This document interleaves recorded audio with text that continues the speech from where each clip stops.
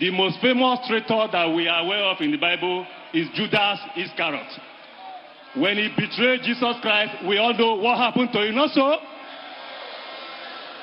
And today, the latest Judas Iscariot of southern Nigeria, and I'm talking about the governor of Delta State, the man who is now engaged in an ill-fated adventure to become the vice president of Nigeria. He is the replica of Judas Iscariot today. And to the extent that he has refused to commit political suicide just like Judas Iscariot did, we are asking him that he should step down immediately from the ticket of, what's his name? The ticket of Atiku Abubakar. Mr. President, here in Delta State, we are in serious despair. We are very, very distraught. Mr. President, or President-to-be, Delta State is supposed to be one of the richest states in Nigeria. Frankly, Delta State is supposed to be the richest state in the Niger Delta. But despite all of our endowments, and despite all of the receipts, by way of Federation Account Fact, by way of 13% derivation, and by way of our internally generated revenue, there is nothing on ground in Delta State that is commensurate with the receipts from the federal government.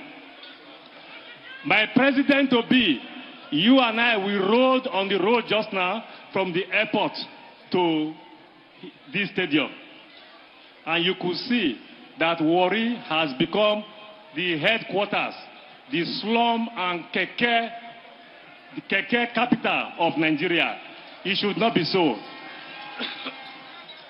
Our people are tired of suffering in the midst of plenty. If you go this part of the state, this is where the wealth, the bulk of the wealth of this country is generated. But most especially here in the riverine communities and the upland of Delta Central and the Ndokwa Nation, where the wealth is created. If you go there, you will not see any development. Our people are very, very angry. They want the narrative to be changed. Instead of development being brought to them, all they hear about every day is Okowa taking more loans upon more loans, upon more loans, upon more loans. Today, this Delta State is the second most indebted state in the entire Federal Republic of Nigeria. Today,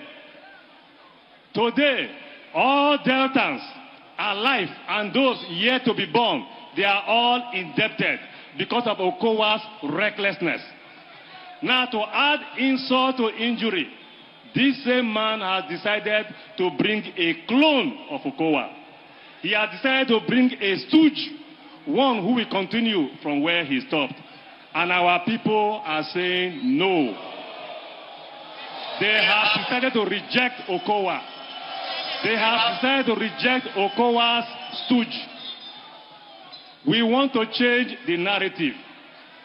And that is why I, Omo-Agege, the Deputy President of the Senate, today, I formally put myself forward as the candidate for governor of Delta State in 2023.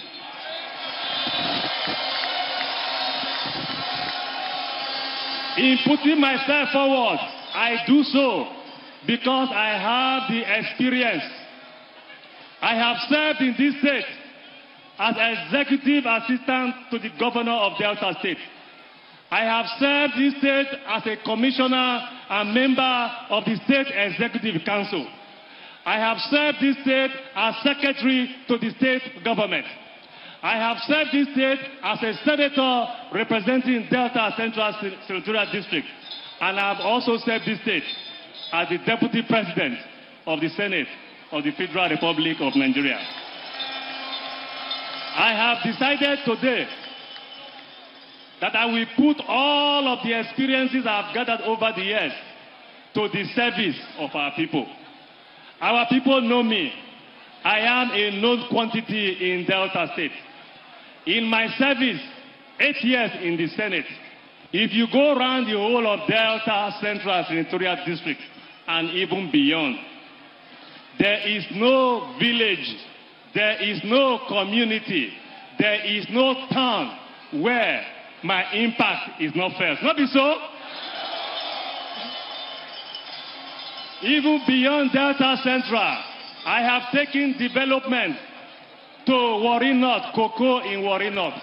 I have also taken development to Opuraza in Warri Southwest. I have taken development to Undokwa West, Utagbuna, Undokwa West, in Undokwa West local government area in Delta North Senatorial District. I have also taken development to Agbo, the homestead of the bad governor of this state. Today, our people are convinced, and they know that if I can do all of this as a senator, they know I will even do more as the governor of this state. Not be so? Not be so? Now, let me tell you, I didn't achieve all of this just because I'm a senator. I achieved all of this because I am a senator who belongs to the ruling party at the national level.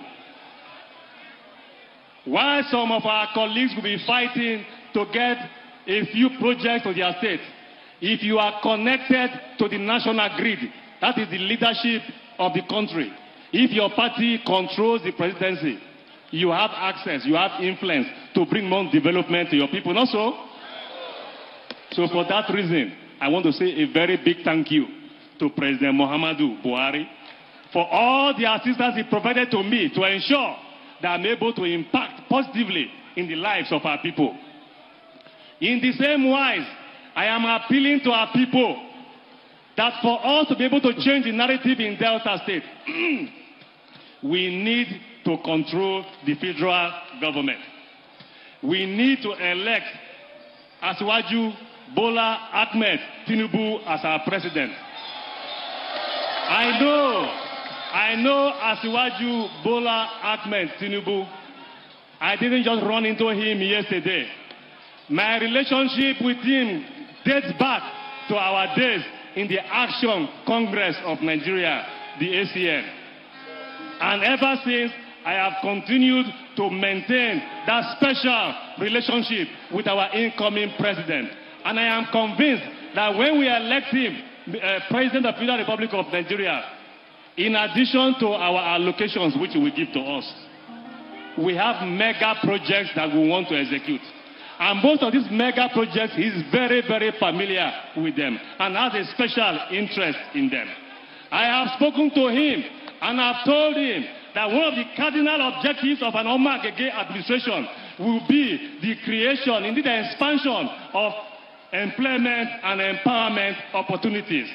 We cannot do this without improving our infrastructures in this state. He is very familiar and has committed to us as president. He will help us to reactivate the Warri ports. He will help us to reactivate the cocoa ports. And you all know the implications of having these ports reactivated. We will be back to those golden days of Warri, where there will be jobs for all of our people. And also, I can make a commitment to you today that when he becomes president and I'm your governor, I will go back to him to take a review of the privatization of the Delta Steel Complex, Alaja.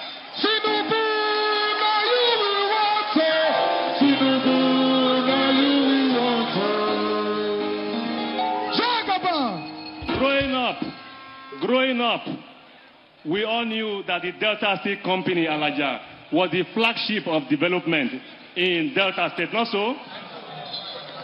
And since the purported privatization by the other ticket, I don't talk about so, the other ticket, on know them, on know say that side, all they do is to privatize government properties to their, and give to their cronies, not be so? I am assuring you that when Asiwaju becomes president, we are going to call for a review of that privatization of Delta Steel Company.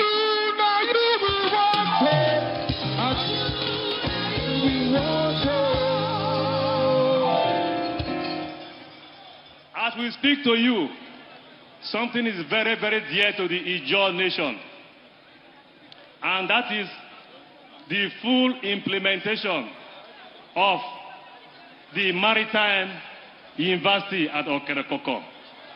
That is the pride of the Ijaw nation. These are people.